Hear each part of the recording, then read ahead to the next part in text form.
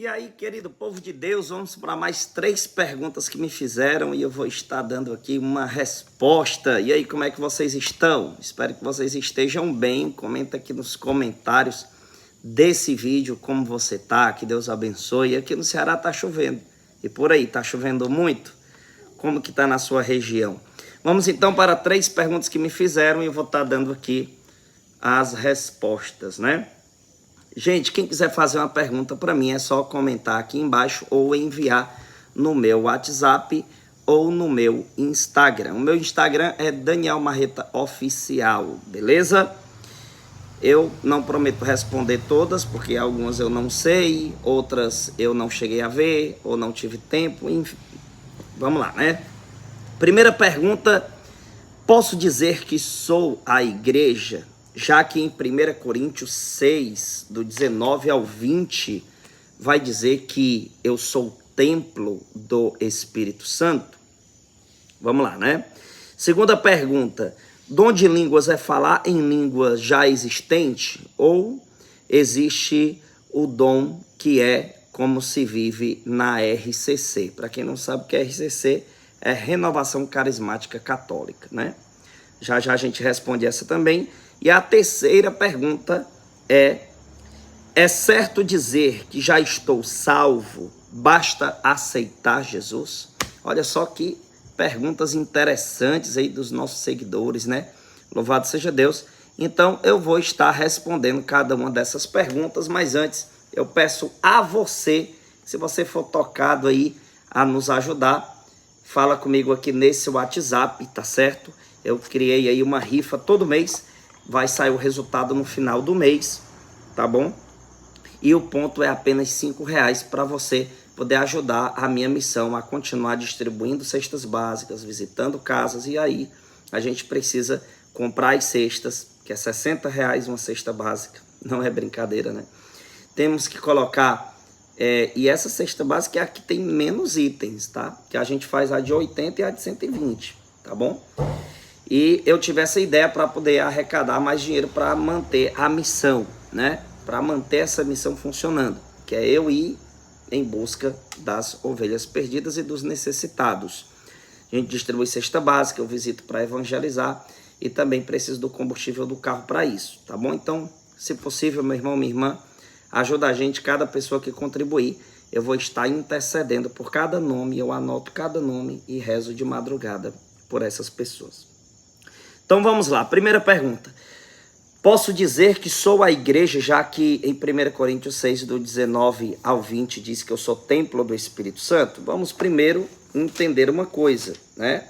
Aqui em 1 Coríntios, capítulo de número 6, do versículo 19 ao 20, é preciso a gente entender o que é o contexto do que foi dito, tá certo?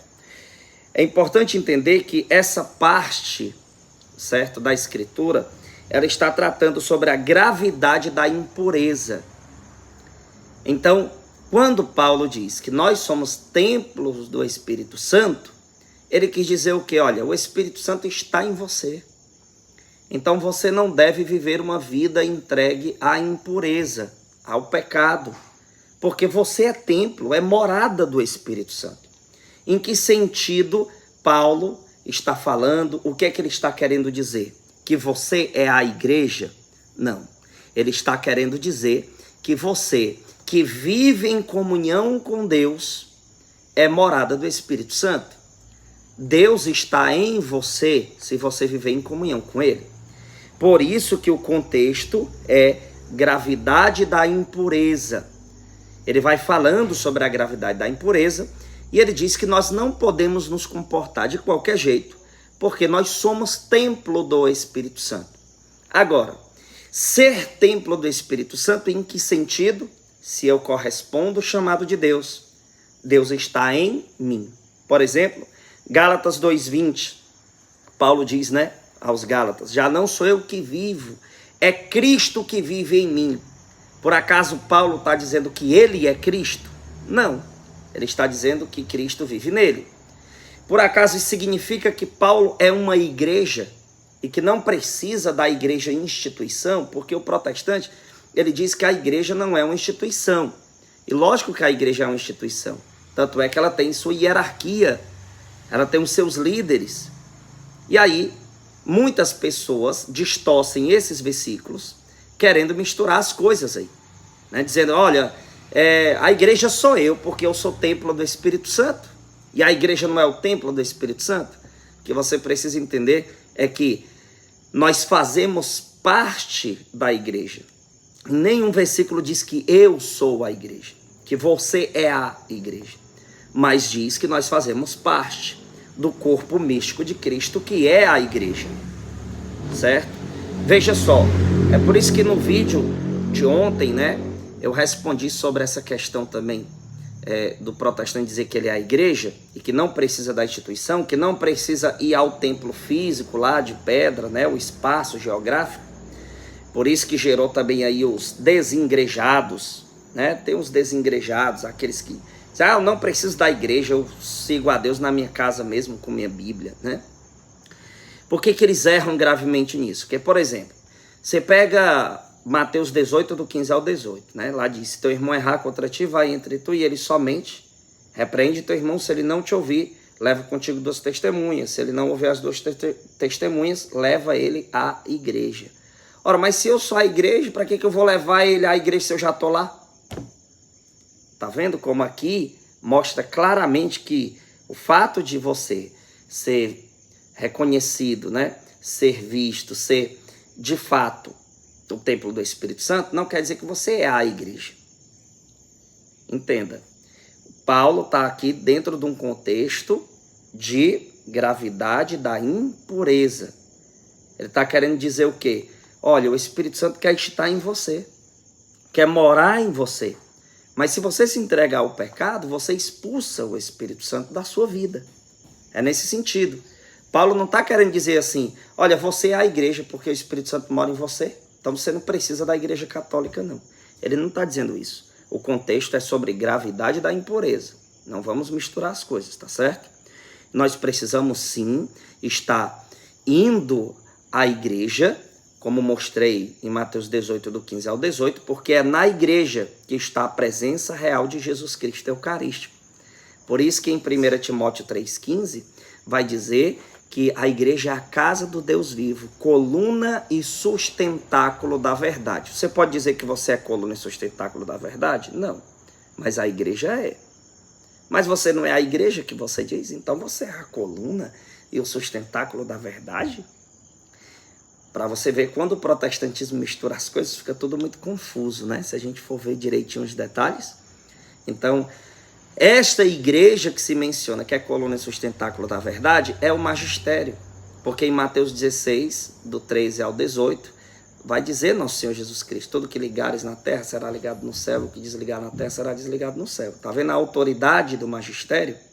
Esta instituição. Então você precisa sim de vida eclesial e ir sim à igreja, o prédio, para poder se encontrar com Jesus eucarístico, que está lá, conforme nos ensina a existência da Eucaristia na Sagrada Escritura, em João 6, a partir do versículo 48, eu sou o pão vivo que desceu do céu, aquele que comungar desse pão jamais morrerá, né?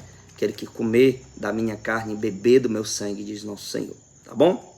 Eita, que primeira resposta já foi aí 8 minutos, 9 minutos de vídeo, meu Deus. Vamos agilizar aqui para não ficar tão longo. Segunda pergunta, dom de línguas é falar em línguas já existentes? Ou existe o dom que é como se vive na RCC? Gente, a Renovação Carismática Católica ela é reconhecida pelos papas da igreja. É importante você colocar lá no Google, né? O que é que os papas da igreja falaram sobre a Renovação Carismática Católica.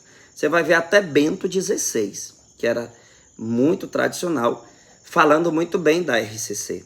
E todos os papas reconheceram, né, desde a existência da RCC para cá, os papas reconheceram o trabalho da Renovação Carismática, e não apenas o trabalho, mas também a espiritualidade, certo?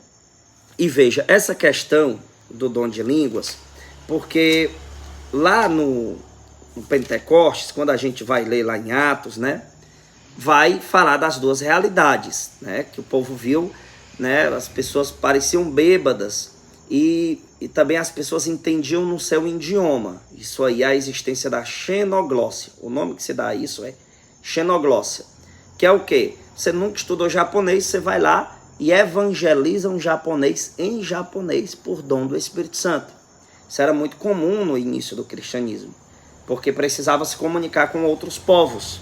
E pelo agir do Espírito Santo, uma pessoa que nunca estudou aquele idioma passava a evangelizar essas pessoas.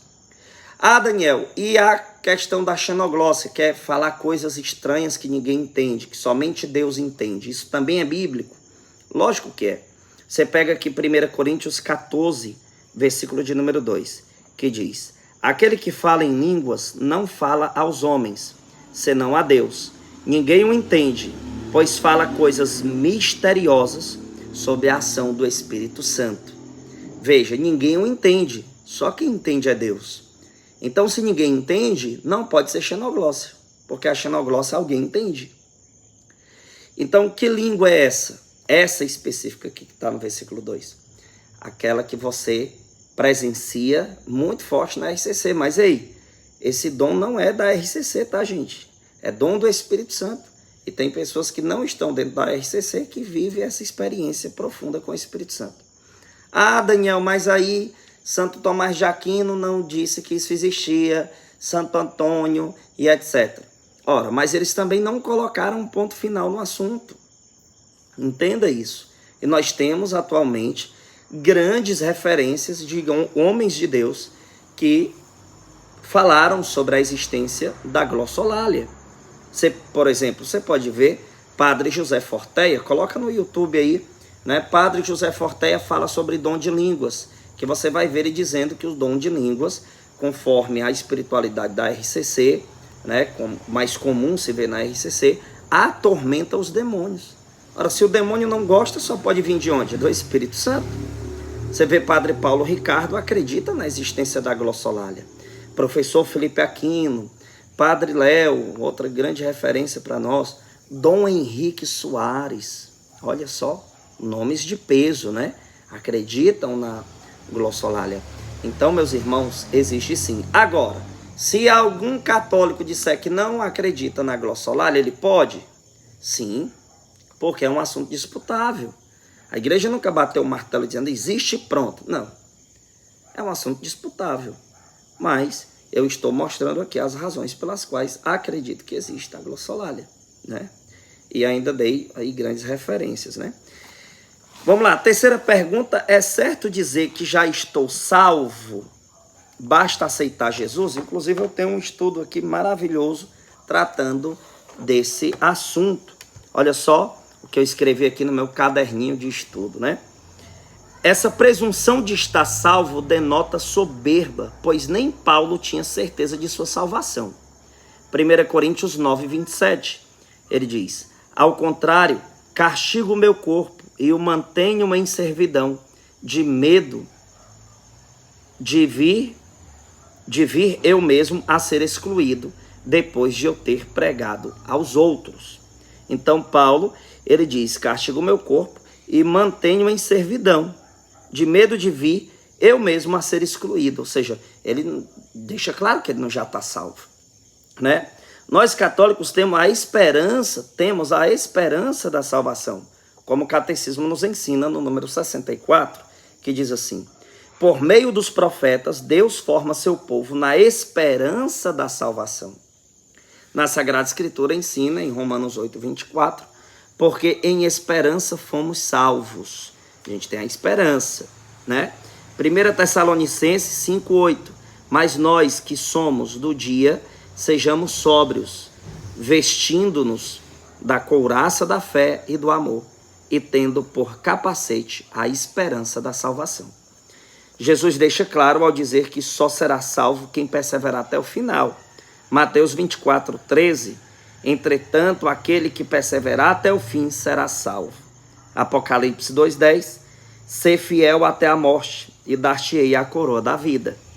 Hebreus 6:11, mas desejamos que cada um de vós mostre o mesmo cuidado até o fim, para a completa certeza da esperança. Então, gente, não é só chegar lá na frente e dizer eu aceito Jesus e já está salvo. tem que perseverar até o fim, ou seja, até o último momento de vida que você tiver aqui na terra, tem que estar em comunhão com Deus, tá bom? E se antes do fim eu não perseverar, morrer em pecado mortal, eu não serei salvo. É por isso que eu não posso já dizer que já estou salvo. É isso aí, meus irmãos, e você também que se interessar em fazer estudo bíblico comigo, fala comigo aqui. Eu vou colocar aqui no finalzinho um dos últimos vídeos, eu entregando cestas básicas, ajudando pessoas que precisam. Então, faz um esforcinho, coloca um pontozinho na nossa rifa aí, ajuda a gente, em nome de Jesus. Muito obrigado a todos, que Deus abençoe e compartilhe. Até a próxima. Tu é do Pai, toda honra e toda glória, é dele a vitória, alcançada em minha vida. Tudo é do Pai, se sou fraco e pecador, bem mais forte é o meu